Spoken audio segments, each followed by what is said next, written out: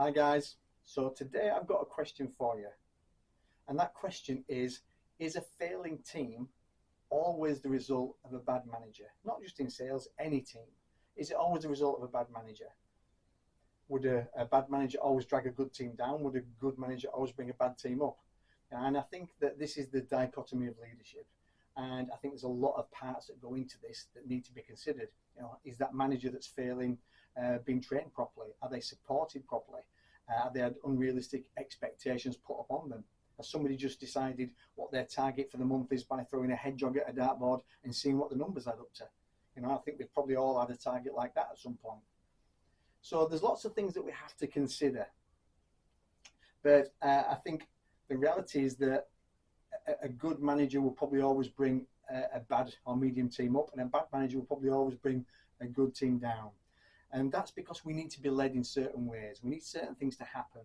We need our leaders to generate good things within us. We need them to give us a dopamine fix, which comes by those little praises along the way, that they're recognizing the growth and the efforts. Whereas a bad manager will tend to come in and make it all about, it's about them and not us. It's about their vision, their goal, their way or the highway. They also will come in and look to do the blame culture. Blame at all costs. Somebody always has to be to blame. They threaten, not support. They catch people doing things wrong instead of catching people doing things right. So a tweak in leadership can have a remarkable effect on a team. And in the book, The Dichotomy of Leadership, a guy called Jocko Willink, who is an ex-Navy SEAL commander, talks about what happened on one of the Navy SEAL selection days. And he talks about the boat race day.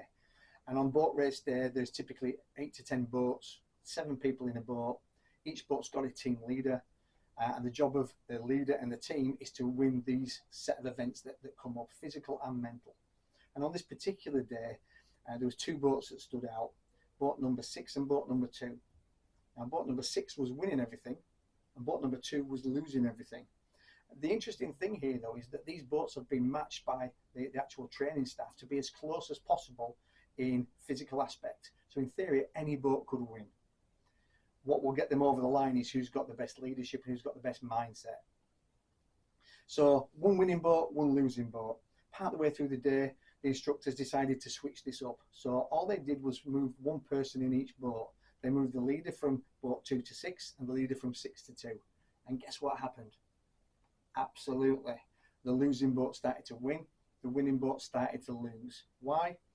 Because the person that was managing the winning boat now, leading the winning boat, was putting the right mentality in, the right support structure, the right recognition structure to get them fired up, motivated, hitting the dopamine and getting over the line. So will a good leader run a bad team? A bad leader run a good team?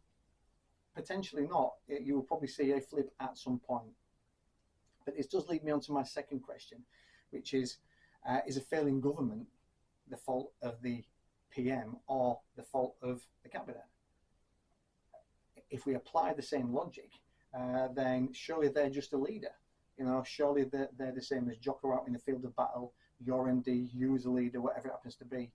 Surely that they have the same responsibilities, and if they are good at it, surely they will get better results, and if they're bad at it, surely they will get bad results. And again, it's that helping people to stop and smell the flowers, not just wait for the end result. If you want to climb Everest, you don't wake up one morning and think, I'm climbing Everest today, I've got to base camp, today's the day, I'm just going to get up and I'm going to go, got my new boots on, feeling fresh.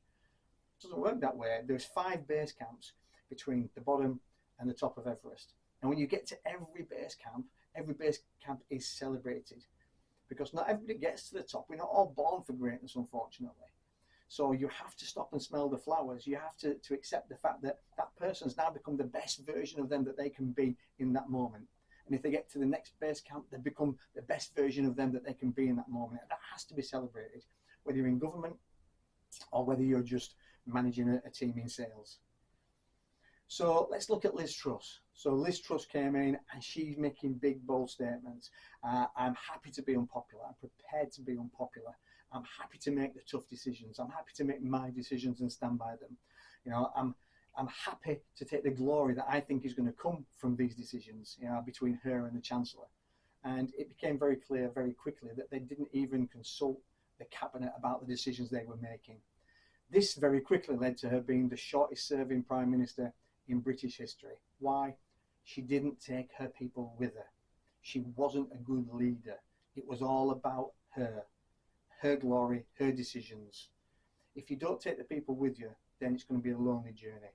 If you don't care about them, they won't care about you. So, can a good leader become a bad leader and a bad leader become a good leader? Again, this is all part of the dichotomy of leadership, and there's lots of things go into that, including what their leaders are like. So it's just an interesting question that I wanted to pose, and I hope you've enjoyed the conversation, and I hope to see you again very soon.